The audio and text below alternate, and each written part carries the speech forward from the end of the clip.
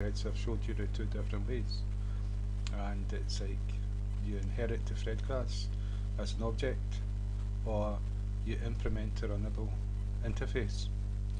Now I showed you how to do the two of them, but it's another way which is doing the exact same thing, and it's a way you may see it in a textbook teaching you how to do threads, which is more complicated and difficult to understand if you don't have a grasp of object-oriented programming. So I'm going to show you it.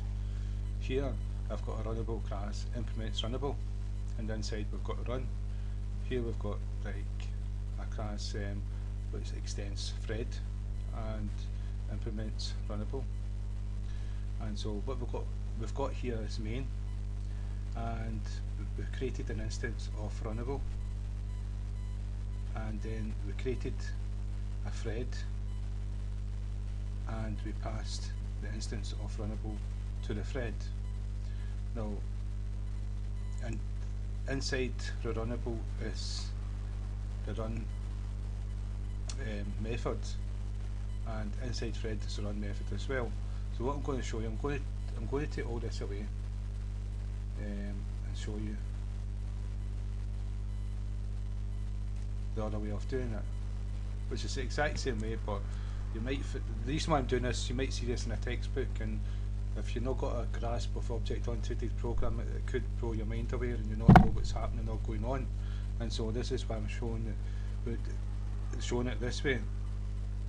And so the first one is implementing runnable, and so we're going to make an instance of this class, and no, we're not going to do that. I'll show you. The difference here is what we're going to do is we're going to create the thread, and we've got T, just T, new thread,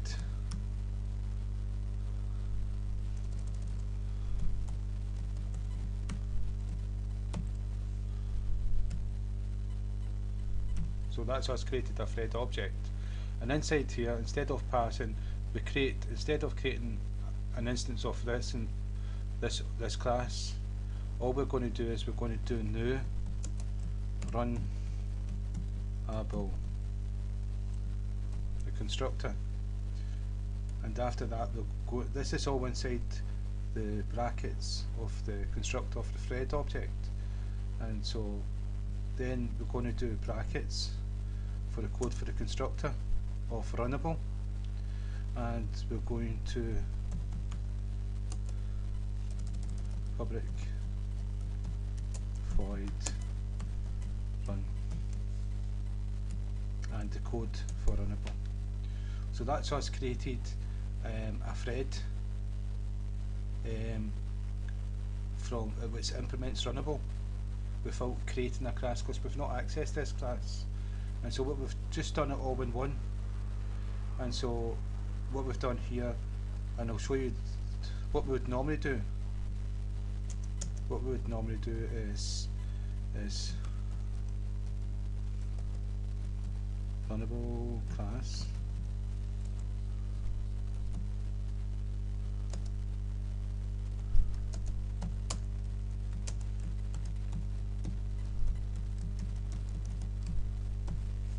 I've just created an object of this class which has the run method inside it,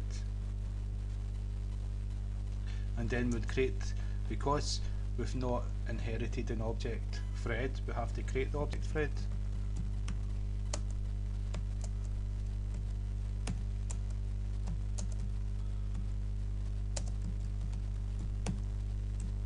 And inside the thread object we put the instance of the runnable class, and that's us created the thread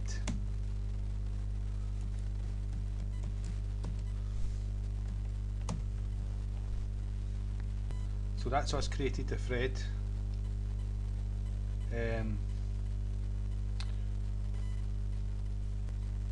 So I'm getting distracted here.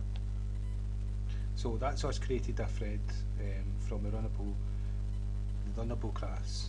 Now this is the exact same, but we didn't have to have the class runnable.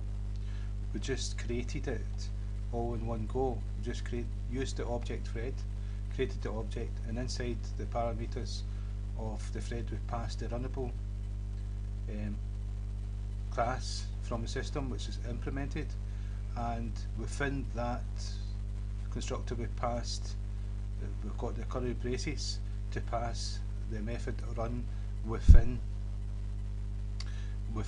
the constructor that we passed. And so at the end you can see that we've got the semicolon after the end of the brackets of the constructor of thread, and so we've not needed to create a separate class that implements runnable this way, and we're going to do the same with extends thread. So this one here, the extend thread instead of implements runnable,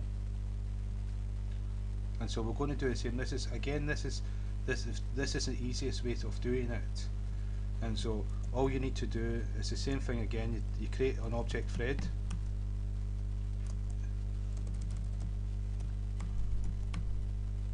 and new thread, and that's a constructor of thread, and inside here we're going to pass the run method to it. Yeah, I've just realised that I'm doing this wrong. The thread is much more simpler than the runnable. The runnable you have to pass it as an argument, and just like there, and inside that argument is the run method. But the thread is different because this is a constructor for thread, and it doesn't need an argument passed to it. Let's show you. If I go back to right, that's a thread object. Right, it doesn't take an argument passed to it. All it does is take. This is a code within the constructor, and the code within the constructor starts with a begin brace and an end brace. So inside here you've got public void run, and then you define the code with the start brace and an end brace inside run. So whatever code you've got in here is going to be the code that's executed in this thread. Now this is us created a thread without actually making a thread class, a class that extends thread. So you can do it, that's another way of doing it. But to really understand this when you see it in a textbook, you already have to be able to grasp the concept of object-oriented programming, and visually see the objects getting put here, passed here, methods getting overloaded from constructors and methods and all the rest of it. And so this is where you may see it in a textbook.